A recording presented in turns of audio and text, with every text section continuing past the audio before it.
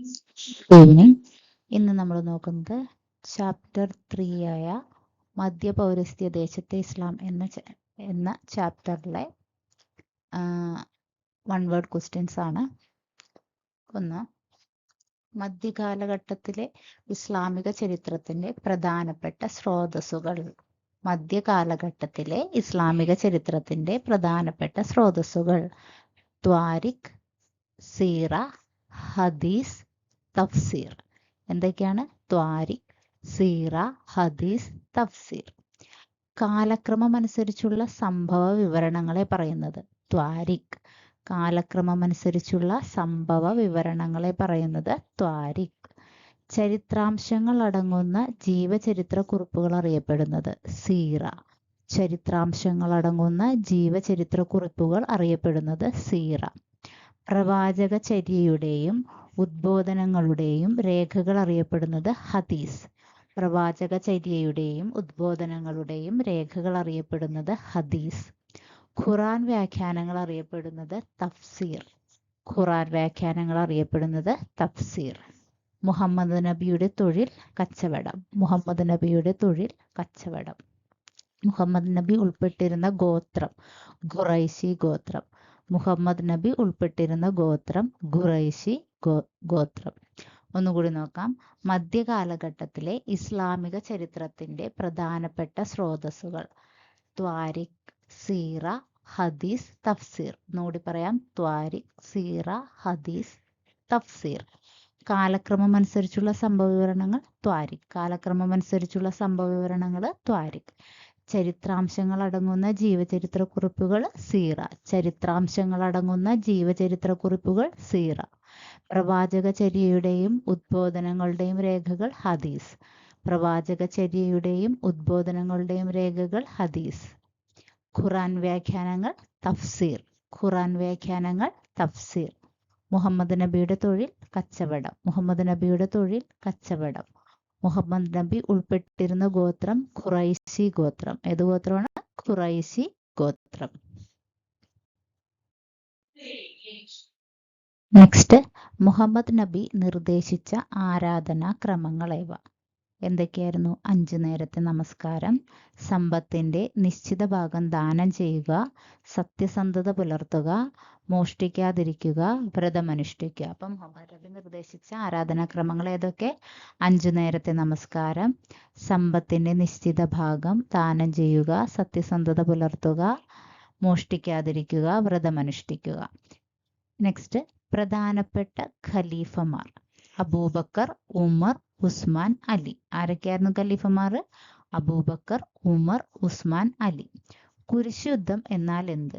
11 മുതൽ 13-ാം നൂറ്റാണ്ട് വരെയുള്ള കാലഘട്ടത്തിൽ യൂറോപ്പിലെ ക്രൈസ്തവരും അറബി രാഷ്ട്രങ്ങളും തമ്മിലുണ്ടായിരുന്ന യുദ്ധം. ആരൊക്കെ തമ്മിലായിരുന്നു? യൂറോപ്പിലെ ക്രൈസ്തവരും അറബി രാഷ്ട്രങ്ങളും തമ്മിലുണ്ടായിരുന്ന യുദ്ധം. ഇനി 1-ാം കുരിശുയുദ്ധം നടന്ന വർഷം 1098 തുടങ്ങി 99 വരെ. 2-ാം കുരിശുയുദ്ധം 1145 തുടങ്ങി 1149 വരെ. 3-ാം കുരിശുയുദ്ധം 1189. എഴുത്തിന്റെ ചേതോഹരമായ കല എന്നറിയപ്പെടുന്നത് കാലിഗ്രഫി. ജോമെട്രിക് ഡിസൈനുകളും ചിത്രപ്പണികളും അറിയപ്പെട്ടിരുന്നത് അറബെസ്ക്. ഇസ്ലാമിലെ 4 കർമ്മശാസ്ത്ര സരണികൾ, അത് അവിടുത്തെ 4 ആൾക്കാരുടെ പേരിലാണ്. ഏതൊക്കെയാണത്? മാലിക്കി, ഹനഫി, ഷാഫി, ഹൻബലി. മാലിക്കി, ഹനഫി, ഷാഫി, ഹൻബലി. അലിയുടെ സൈന്യത്തിൽ നിന്നും വിട്ടുപോയവരെ വിളിച്ചിരുന്ന പേര് ഖ്വാരിജ. ഒന്നും കൂടി നോക്കാം. മുഹമ്മദ് നബി നിർദ്ദേശിച്ച ആരാധനാ ക്രമങ്ങളേവ? 5 നേരത്തെ നമസ്കാരം, സമ്പത്തിന്റെ നിശ്ചിത ഭാഗം ദാനം ചെയ്യുക, സത്യസന്ധത പുലർത്തുക, മോഷ്ടിക്കാതിരിക്കുക, വ്രതമനുഷ്ഠിക്കുക. പ്രധാന ഖലീഫമാരാരൊക്കെ? അബൂബക്കർ, ഉമർ, ഉസ്മാൻ, അലി. കുരിശുയുദ്ധം എന്നാൽ എന്താണ്?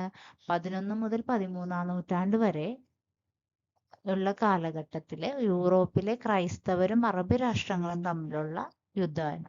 1-ാം കുരിശുയുദ്ധം 1098 തുടങ്ങി 99 വരെ. 2-ാം കുരിശുയുദ്ധം 1145 തുടങ്ങി 1149 വരെ. 3-ാം കുരിശുയുദ്ധം 1189. എഴുത്തിന്റെ ചേതോഹരമായ കല എന്നറിയപ്പെടുന്നത് കാലിഗ്രഫി.